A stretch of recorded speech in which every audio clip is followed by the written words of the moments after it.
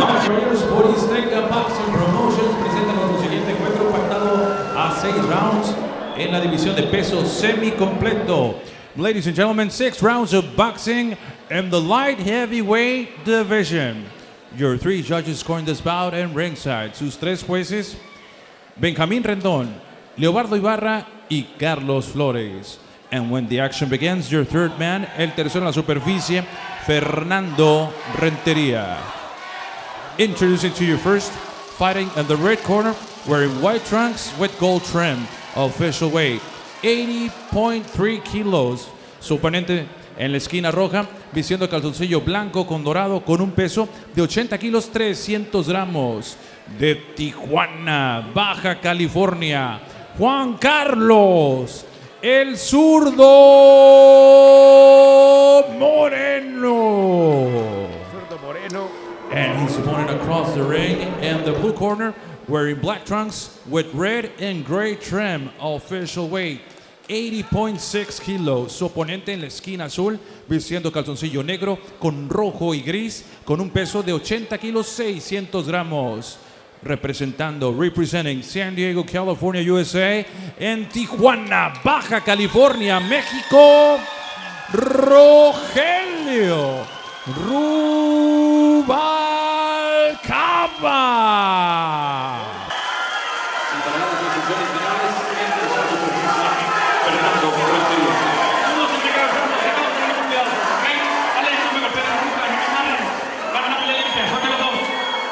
Hello everybody, Marcos Villegas here, being joined with my broadcast partner, Diego Magdaleno, as we have 6 rounds in light heavyweight division.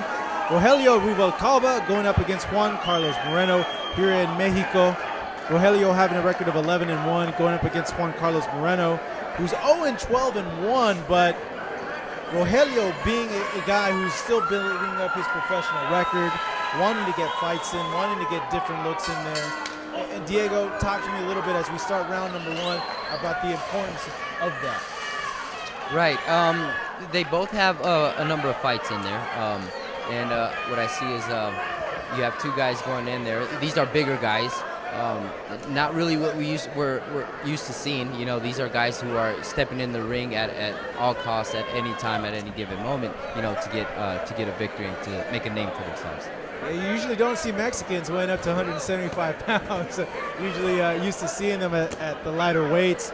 Rogelio being 27 years old, training out of the arena in Point Loma, California, which is an MMA gym, so he gets a lot of work and gets a lot of different looks from a lot of different fighters. Rogelio, of course, in the black and red trim.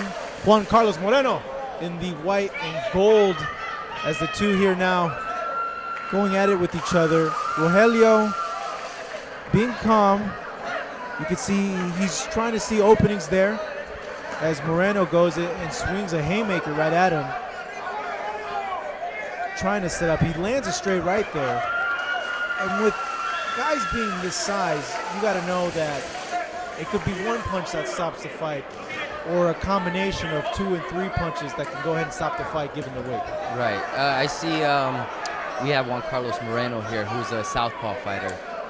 You know, he's dancing around. He's being stalked down by Rogelio, and he's having some success with that overhand left. He keeps throwing it, and he's been connecting with that. So let's see if he can do some damage with it. As we come to now just over a minute in round number 1, Rogelio Ruvalcaba stalking his opponent, landing shots to the body, but I've seen Moreno land that hook on several occasions in this round. He needs to be careful, Rogelio does, with keeping that hand up.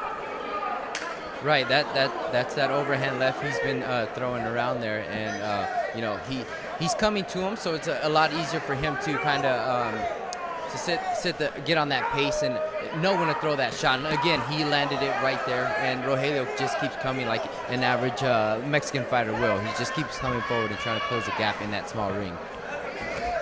As we come to 30 seconds in round number 1, as the 2 being broken up by the referee. Rogelio coming forward. The bigger man is very apparent as he looks to have a height advantage. We're looking to see if he's going to go ahead and use that as this fight progresses, as he socks his opponent and forces him into the corner of the ring. Right, I would love to see Rogelio use that jab and use the reach that he has, the reach advantage that he has over Juan Carlos Moreno. Moreno moving good though. He's light on his feet. He's throwing punches. He doesn't look that bad so far.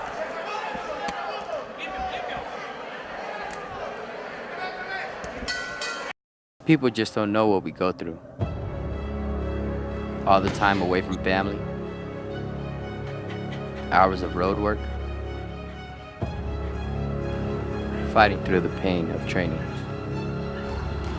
We don't complain. You know, people just don't understand how tough this life is. People ask me then, why do it? Simple. I want to be the best in boxing. Follow Best in Boxing at Global Sports Streaming on youtube.com/GSstream.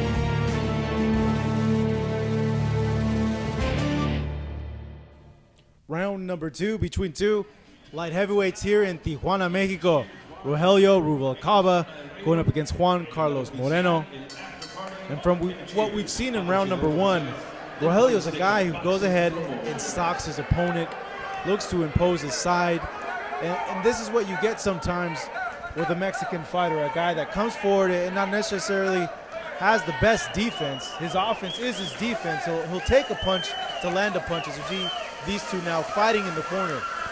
Right, no head movement at all, just coming straight in, taking some shots, and at the same time, you know, landing big shots. So this is typical for a Mexican fighter. It's the referee now breaking them up. This is two exchanging just prior. As Rogelio now stalking again, but eats a straight right hand to the grill right there. He needs to be careful coming in like that. He needs to keep those hands up.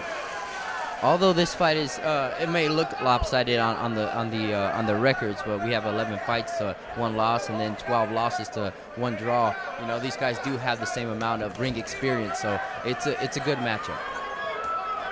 Ruvalcaba now having his man in the corner, pounding away, body head, as he continues to go ahead and stalk him. Moreno trying to answer back with hooks, but I believe that Rogelio getting the better of those punches.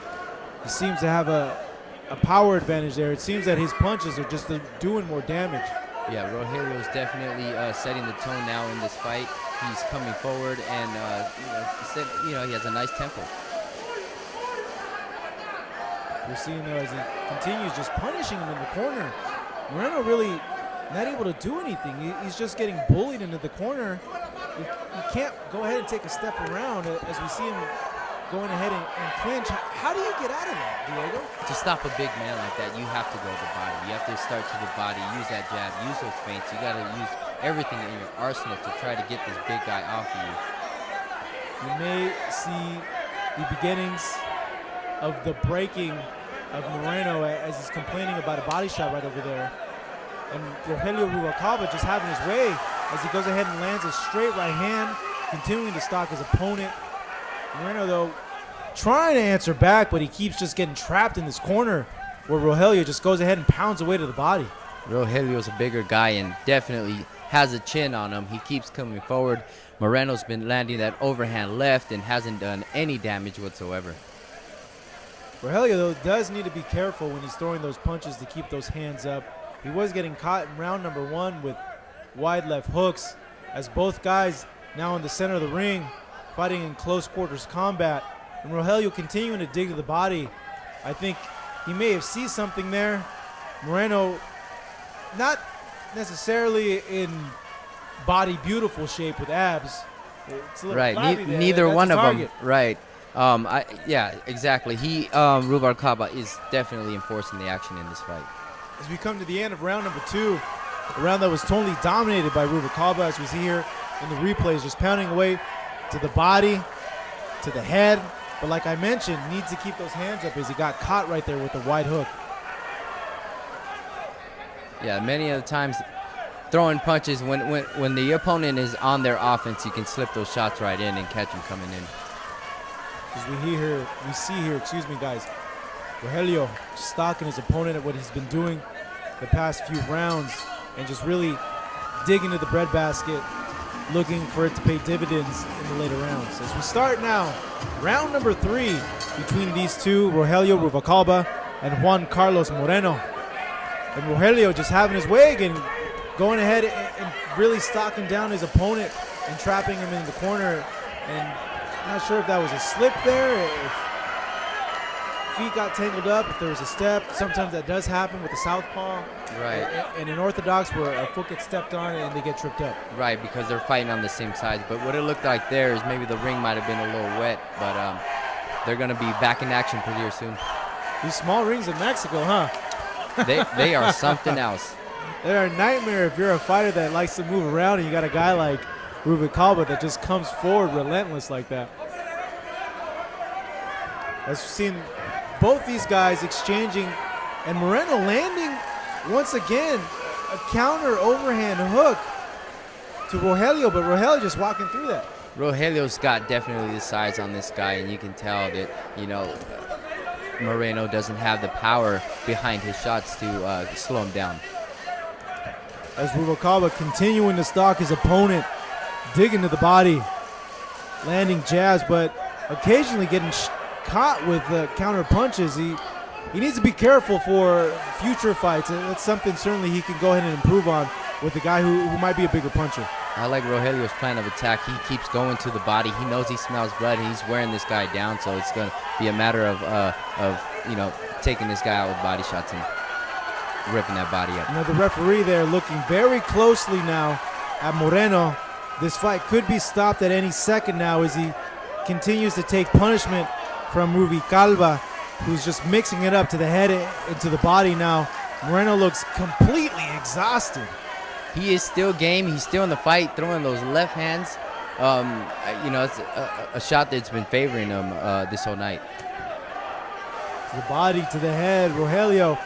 And down goes Moreno. We knew it was going to happen. You could tell in his body language that something like that was bound to happen. As the referee now giving him a count. In a small ring like this, it's really hard to you know, run from your opponent or use the ring to your advantage. And that's all she wrote, folks. It's all over.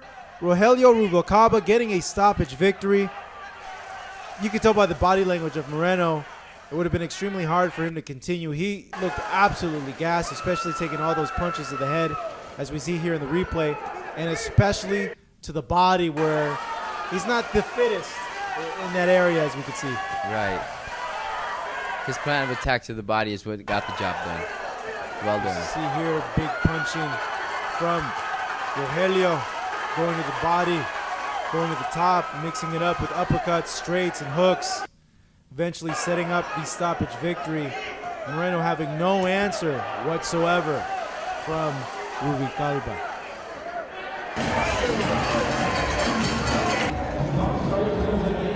Oficial de 2 minutos con 9 segundos en el tercer asalto. We have the official time of 2 minutes and 9 seconds in round number 3. Declarando ganador por la vía del knockout técnico, your winner by the way of unanimous decision, Rogelio Ruvalcaba.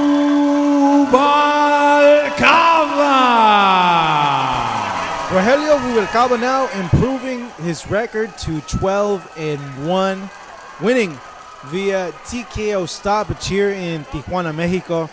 And Diego, from what you saw, what did you like of his performance? You know what? I like the will that he had in there. He had the will to win, and he went in and out-hustled his opponent and got the victory. So we see here Rogelio with his team fighting out of the Arena Gym in San Diego, California, home to a plethora of fighters from boxing and MMA. Fighting through the pain of training. We don't complain. You know, people just don't understand how tough this life is. People ask me then,